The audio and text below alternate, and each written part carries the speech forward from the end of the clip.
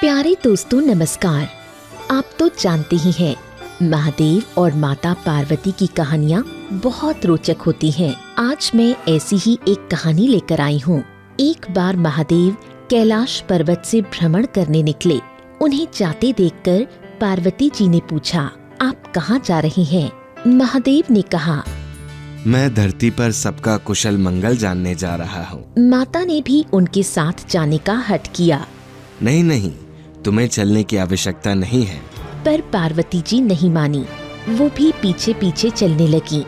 राह में चलते चलते उन्हें भूख महसूस होने लगी। उन्होंने महादेव से कहा, मुझे जोरों की भूख लगी है, मुझे खीर खांड का भोजन करना है। महादेव ने कहा, थोड़ी दूर और चलो, नगर आने पर ही कुछ व्यवस्था हो पाएगी। थोड़ा आगे जाने पर एक सेठानी का घर आया। उन्होंने दरवाजा खटखटाया। दरवाजा खोलकर सेठानी बाहर आई और पूछा, आप लोगों को क्या चाहिए? महादेव ने कहा, हम पथिक हैं, बहुत दूर से आए हैं, थके हुए हैं, हमें खीर खांड का भोजन करना है। सेठानी उपेक्षा से बोली, खीर खांड खाना था तो अपने घर से खाकर क्यों नहीं आए? ऐसा कहकर दरवाजा बंद करके अंदर चली गई। वो लोग थोड़ा और आगे बढ़े। थोड़ी दूर जाने पर उन्हें एक बूढ़ी माँ मिली। बुढ़िया ने उन लोगों का स्वागत करते हुए पूछा, आपकी क्या सेवा कर सकती हूँ? महादेव बोले, मेरी पत्नी को खीर खांड का भोजन करना है। ये सुनकर बुढ़िया बोली, आप बैठकर आराम करो, मैं अभी खीर खांड तैयार कर लेती हूँ। ये कहकर बुढ़िया लोटा लेकर जाने लगी। महादेव बोले, माँ जी, कहाँ जा रही हो? माई बोली, चावल, दूध और खांड लेने जा रही हूँ। महादेव बोले, पहले घर में तो देख लो। बुढ़िया घर के अंदर गई तो सच में बर्तनों में दूध, चावल और खांड रखे हुए थे। उसने जल्दी से चूल्हा जलाया और खीर तैयार करके मेहमानों को भोजन कराया। उनके खाकर तृप्त हो जाने के पश्चात माई बोली, महाराज, आपके भोजन के पश्चात भी खीर बच गई है। मेरे घर में तो और कोई खाने वाला नहीं है, इसका मैं क्या करूं? भोलेनाथ बोले, माई, आंखें बंद करके देखो। माई ने आंखें बंद कर ली। थोड़ी देर बाद जब उसने आंखें खोली तो उसका घर बेटे, बहू और पोते पोतियों से भरा हुआ था। अपना परिवार देखकर बुढ़िया खुश हो गई, पर उसके सामने एक और समस्या खड़ी हो गई। इतना बड़ा परिवार इतनी छोटी सी कुटिया में कहाँ रहेगा? उसने फिर महादेव से अपनी समस्या बताई। महादेव ने जाते समय उसकी कुटिया को एक ठोकर मारी तो वहाँ एक महल खड़ा हो गया। बुढ़िया तो खुशी के मारे बची हुई खीर सबको कटोरा भर भर कर बांटने लगी। वो जितना बांटती, खीर उतनी ही बढ़ती जाती। सबको बांटते बांटते वो सेठानी के घर जा पहुँची। सेठानी ने उसे देखकर आश्चर्य से पूछा, तेरे घर खीर कहाँ से आई? बुढ़िया बोली, हमारे घर महादेव और माता पार्वती आए थे, उन्हीं के कारण ये कृपा हुई है। सेठानी ने कहा, मेरा तो सारा धन चला गया, कुछ भी नहीं बचा है, सारी दौलत तेरे पास चली गई। माई बोली, ये तो महादेव और पार्वती जी का चमत्कार है, ये सब उन्होंने ही किया है। ये सुनते ही सेठानी दौड़ी दौड़ी महादेव और पार्वती के पास गई। महादेव ने कहा, हमने ना तो कुछ दिया और ना ही कुछ लिया। तूने खीर खांड के लिए मना किया, इसलिए तेरा सब कुछ चला गया। बुढ़िया ने प्रेम से खीर खिलाई, इसलिए उसका घर भर गया। सेठानी महादेव के चरणों में गिरकर माफी मांगने लगी। उसने उनके पैर पकड़ लिए और बोली, कुछ तो कृपा कीजिए। महादेव बोले, काम तेरा कभी नहीं रुकेगा, पर घर पहले की तरह कभी नहीं भरेगा।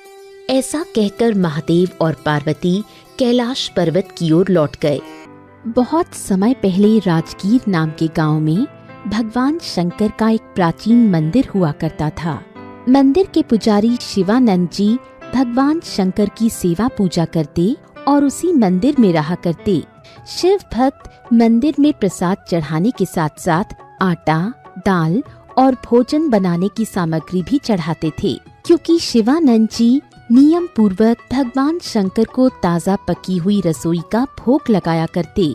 एक दिन एक घटना घटी। शिव मंदिर की सीढ़ियों पर कोई छोटे से बालक को छोड़कर चला गया। बालक के रोने की आवाज सुनकर शिवानंद जी वहां पहुँचे तो उन्हें एक बालक मंदिर की सीढ़ियों पर बैठकर रोते हुए मिला। शिवानंद जी ने उस बालक को प्रसाद खिलाया और उसके माता पिता के लौटने का इंतजार करने लगे। सारा दिन बीत गया पर कोई नहीं आया। शिवानंद जी ने अब उस बालक को मंदिर में शरण दी और उसका नाम भोले रख दिया। समय के साथ साथ भोले बड़ा हो गया और शिव मंदिर की देखभाल करने लगा। उसने भगवान शंकर को गरम रसोई बनाकर खिलाने का काम अपने जिम्मे लिया। कुछ समय बाद पंडित शिवानंद जी का देहांत हो गया। अब भोले अकेले ही शिव मंदिर में रहता और भगवान की सेवा पूजा करता। उसके बाद सावन का महीना आया। उस साल इतनी तेज बारिश होने लगी कि कोई भी भक्त मंदिर में न जा सका। मंदिर में भोजन बनाने के लिए कुछ भी सामग्री नहीं बची थी। तब भोले ने भगवान शिव पर केवल गंगा जल का भोग लगाया और वो खुद भी गंगा जल को ही पीकर रह गया। ऐसा करते करते कई दिन बीत गए। भगवान शंकर भोले की सहन शक्ति की परीक्षा ले रहे थे, लेकिन अंत में भोले की भक्ति के कारण उनसे भी रहा नहीं गया। भगवान ने एक सेठ के नौकर का रूप धारण किया और बारिश में भीगते भीगते शिव मंदिर आए। उन्होंने भोले को एक पोटली दी और बोले, सेठ जी ने ये सामग्री भिजवाई है, तुम इससे रसोई बनाकर भगवान शंकर को भोग लगा देना।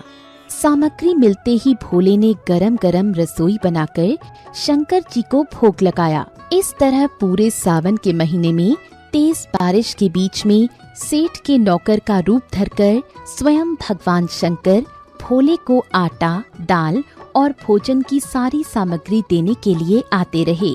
एक दिन भोले ने उस नौकर से कहा, भाई, तुम्हारे सेठ जी बड़े ही धर्मात्मा पुरुष हैं। मैं उनके दर्शन करना चाहता हूँ। उन्हें कल स्वयं मंदिर में प्रसाद ग्रहण करने के लिए आने को कहना। भोले का ये अनुरोध सुनकर नौकर बने शिव शंभू चौंक गए। पंडित जी, जैसे चल रहा है चलने दीजिए। सेठ जी सामग्री भेजते रहेंगे और आप भगवान को भोग लगाते रहें। वाह भाई, आपके धर्मात्मा सेठ जी सामग्री भेजकर अपना कर्तव्य कर रहे हैं। मैं भी उन्हें प्रसाद खिलाकर अपना कर्तव्य पूरा करना चाहता हूँ। उन्हें कल जरूर आने को कहना। अगर वो कल नहीं आए तो मैं भी सामग्री लेना बंद कर दूंगा। भोले की बातों से प्रसन्न होकर नौकर बने भगवान शंकर ने भोले को वचन दिया कि कल सेठ जी अवश्य आएंगे। अगले दिन भगवान शंकर सेठ जी का रूप धर के और माता पार्वती भी सेठानी का रूप लिए उस मंदिर में आ गए। उधर भोले ने सेठ जी को प्रसाद खिलाने के लिए खीर बनाई थी। आप बैठें, मैं अभी भगवान शंकर को भोग लगाकर आपको प्रसाद परोसता हूँ। सेठ सेठानी का रूप लिए शिव पार्वती भोले के आने की प्रतीक्षा करने लगे। भगवान को भोग लगाकर जब भोले वापस आया तब उसने सेठ जी को खीर से भरा पात्र परोसा। सेठ बने भगवान शिव एक ही बार में पूरा पात्र खा गए। भोले ने जल्दी से पात्र वापस भर दिया। इस तरह भगवान शिव की लीला चलती गई। वो खीर खाते गए और भोले परोसता गया। कुछ देर बाद भोले ने देखा पूरी खीर समाप्त हो गई। सेठ जी, मैं माफी चाहता हूँ कि आपके लिए पर्याप्त प्रसाद नहीं बना सका। अगर मुझे ये पता होता कि आपको खीर इतनी पसंद आएगी तो मैं और ज्यादा बनाता। मेरी गलती के कारण सेठानी जी तो भूखी ही रह गईं। तब माता पार्वती ने भगवान शिव के बर्तन में बचे हुए कुछ चावल के दाने खा लिए और कहा, मेरा भी पेट भर गया। अब खीर के कटोरे में केवल एक चावल का दाना बचा था। भोले ने वो दाना मुंह में डाला। उसे खाते ही भोले की सारी भूख प्यास मिट गई और भगवान की कृपा से उसके ज्ञान के नेत्र खुल गए। उसने देखा उसके सामने भगवान शिव और माता पार्वती खड़े थे। भोले उनके चरणों में गिर गया और उन्हीं में लीन हो गया। हे महादेव, जैसी कृपा आपने बुढ़िया पर की वैसी सब पर करना। दोस्तों, आप लोगों ने देखा महादेव का चमत्कार। वो जिस पर प्रसन्न होते हैं उसे सब कुछ दे देते हैं। इसलिए सदा उनका आशीर्वाद लेते रहिए। यदि आपको ये कहानी पसंद आई हो तो इसे लाइक और शेयर जरूर करें। धन्यवाद।